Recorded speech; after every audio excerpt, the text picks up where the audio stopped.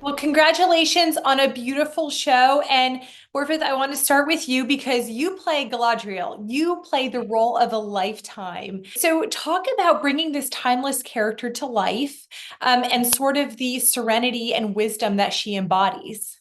Yeah, it was a lot to kind of.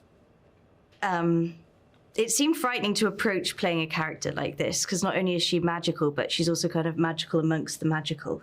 She's like a living legend. And it was interesting because I don't think she does embody the level of wisdom and serenity that we know her to one day have. And so it was kind of exploring what her limits are at this point in Middle-earth, which is thousands of years before Lord of the Rings. And she is to a degree more innocent. There's a naivety, which I think is manifested through arrogance. And things are going to happen that even she couldn't predict. But Trystan, I want to ask you about this. At the core of Lord of the Rings is this tension between good and evil, and Tolkien's always sort of juxtaposing this, which I think the show does really well visually. So, talk about how the Ring of Power stays true to Tolkien's original vision for Lord of the Rings and these themes of good versus evil. I think there's a common theme is death that runs through his work. It's always there. It's everywhere. Even with elves who can live forever, they can still die. And I think it's how we face that. And then I think that shows the character of the individual that is facing death and how they deal with it. And I think there are two camps then of whether they accept their fate or they don't. And I think that's what it is. It's an acceptance of death. Now, Charlie, you play Halbrand, who is a pretty crucial character to the story, but he's a new character to this world, right? So, how did some of Tolkien's other characters, like Aragorn, for example, sort of inform the way you brought this character to life? I think Aragorn is an interesting similarity in that he has this sense of responsibility that he's not ready to face. Now, it's one that's quite different. The actual, what he's responsible for is very different to Halbrand. But I think the same feeling can be drawn between them both. That Hal has this sense of destiny, this sense of responsibility to something in his past that he's leaving behind, and he's trying to head in a different direction.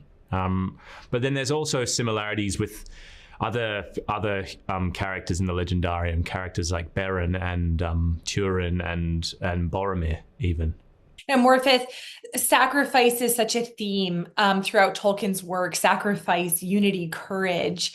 Talk about what we can still learn from his work today, so many years after his death and after he penned these works. I think that variety only makes us kind of richer. There's many different there's many different groups within this world that all have their own myths and legends and kind of the thing that makes life worth living for them.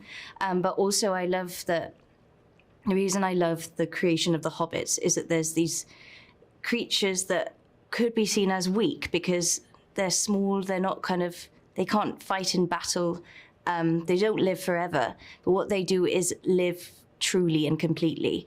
And a Middle-earth has to be safe for them as it is for the elves, the dwarves, the men. And I think that's a really beautiful thing to take away from it, that until we're all safe, no one is. Trystan, why do you think Tolkien's work is still so iconic to this day? Why is it still resonating with people? I think everybody asks themselves why they're here and where they're going. And that can be a scary thing, sometimes a journey. So to go into a fantastical world and to see that with everything and an abundance of culture and a richness of everything. And at the core of that are the same fears, the same thoughts and the same sort of procrastinations as what we have. I think they are universal. I think they are timeless. And I think people, that does resonate with them. Well, do you have anything to add to that? The stories of friendship and stories of love and hope over despair and things that we can all relate to, if we're going to the supermarket or, walking across Middle-earth. Hope over despair in the supermarket? Maybe not. Maybe that's the wrong example. But you could, maybe just on a smaller scale. Sometimes when I'm carrying lots of bags back from the supermarket, I feel despair. And I have to. The hope that you can make it home. Yeah. Oh, thank you guys so much. Really appreciate it. Thank you. Fantastic questions, by the way. Oh, Thank you. you.